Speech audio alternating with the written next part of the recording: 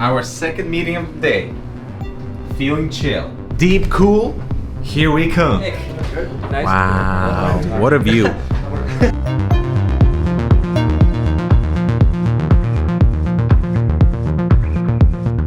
But first, huge thanks to our sponsors, Thermaltake, Razer, MSI, Corsair, and Fantechs for making CES possible. All right, good people, so this is the DeepCool Macube 550. Why Macube, you might ask? I asked the same thing because, well, maybe it's magical. You know, on the front it's all minimalist, but there's some magic on the backside panel. The ventilation design that they've implemented there, I would say really good stuff there. But the Macube 550 is all about minimalism. So in terms of like branding, you know, it's not visible, it's not in your face. And this is part of Gamer Storm division, so not DeepCool, but Gamer Storm. And it's really interesting to see, you know, their logo in the front, for example, it's white on white, so it's discreet. The same thing with this handle on the TG panel that is black on black. So it's, again, it's not in your face. And I definitely appreciated that, and you guys will too. So there are no lighting effects. It's just plain either white frame or a black frame. We have a TG panel over here with this chrome accent handle for a magnetic TG panel. So this we've seen that with the Quad Stellar. The magnets are super strong, and I was actually personally worried about, let's say, what if you're carrying the system and accidentally tip over something, but no, the magnets on here are strong enough so you don't have to worry about this thing popping out. To me, the Macube 550 is kind of a combination between like the H700 from NZXT in terms of this like almost unibody front panel, and on the interior, taking a little bit elements from, let's say, the case of the year, the O11 Dynamic, because let me remove the front panel. On the interior, we have dual sort of intake and fan configuration. So your traditional 360 rad at the front you can do, or now the side installation of the fans. So you can do either 3120s or 3140s and up to a 360 rad in there. And there's a little bit of spacing behind the frame, so you can still install a radiator or a fan behind the frame so that it clears up all the space on the front. So you could do fans on the front and fans on the side without them interfering with each other. And as for the interior, there are many cool elements. Starting off with the power supply shroud, we have a tempered glass side panel over here to reveal what's inside.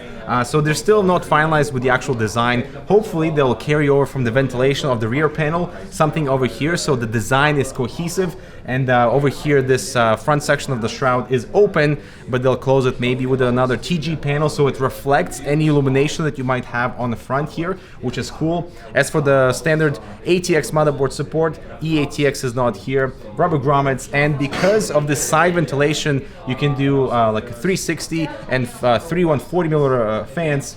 The frame is quite tall, but since there are no fans above the frame, it gives you a little bit extra space to breathe, but then just all that space is a little bit wasted if you are not populating a really tall radiator on the side. As for storage, we have one SSD mount on the power supply shroud, we have two more in the back, and we have two of these hard drives included, so you can install two 3.5 inch on each caddy. And the cool thing is you can install this guy onto any of the fan slots on the side or the front, and you can either rotate them whichever you see fit for cable management or the way you're trying to display your hard drives. So I find that really awesome. And so this is that really cool ventilation pattern that I was talking about. It's got multiple angular elements, and depending on how light hits it, it creates a shadow on that internal structure. Has a little ventilation pattern on the opening spaces. So I find that quite unique, and hopefully we can find this pattern somewhere else inside the case for a little consistency. And the one minor concern for us would be, of course, airflow, since the front panel is so close to the frame,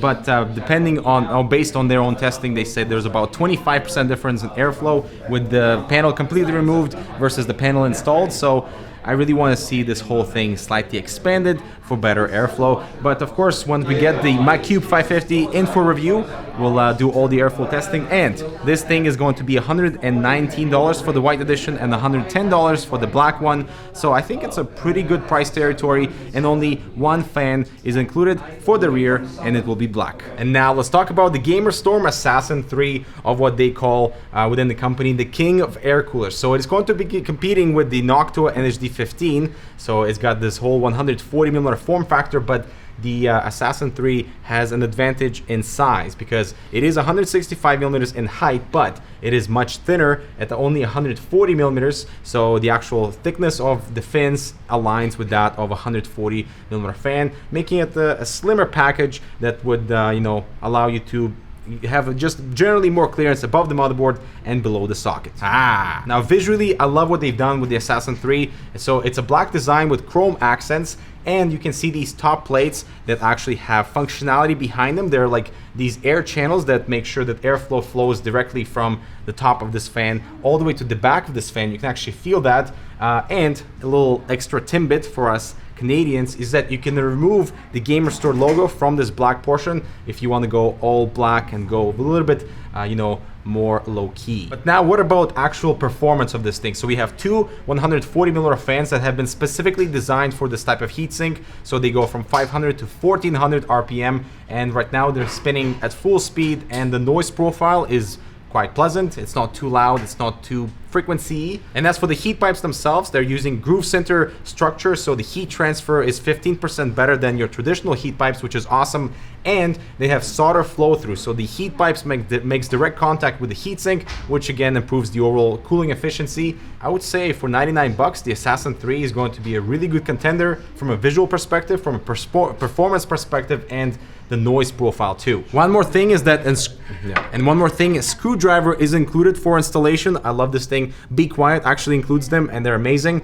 Now, RAM compatibility is usually an issue with such big air coolers. So right now we have 30mm, so your standard low profile RAM will fit in the default configuration, but of course you can move the 140mm fan slightly up so to make up more room, or you can remove it completely for that whole clearance to be completely open. That's hot. And that's high, I mean. That's high. The coolness, the temperature is cool. Your dick. Yeah. Yep. I don't know why I do that. And lastly, the Matrexx 70. It's a $69 case from DeepCool now, and I find some really interesting elements inside this budget enclosure, like a tempered glass ceiling on the power supply shroud. So it has many cool elements, like if you have a graphics card that has some LED illumination, now you can have that reflection element and actually see those lonely LEDs that otherwise don't see any eyes. And number two, I find this graphics holder a pretty unique addition. So it is going to be sold separately for $15. It has its own cable routing channel on the internally because it's a little bit thick. Of course, addressable RGB illumination too. So let me know if this is something that you buy for your next case. Alright guys, so that is all the things that we saw today at DeepCool and Gamer Storm. Let me know what you think about the Macube 550. The title maybe has to change. Signing off. And these guys right here are signing off as well. See you. Last meeting of the day. We'll see you in the next one. Yeah. Thank you. Appreciate that. Oh my god. Yay.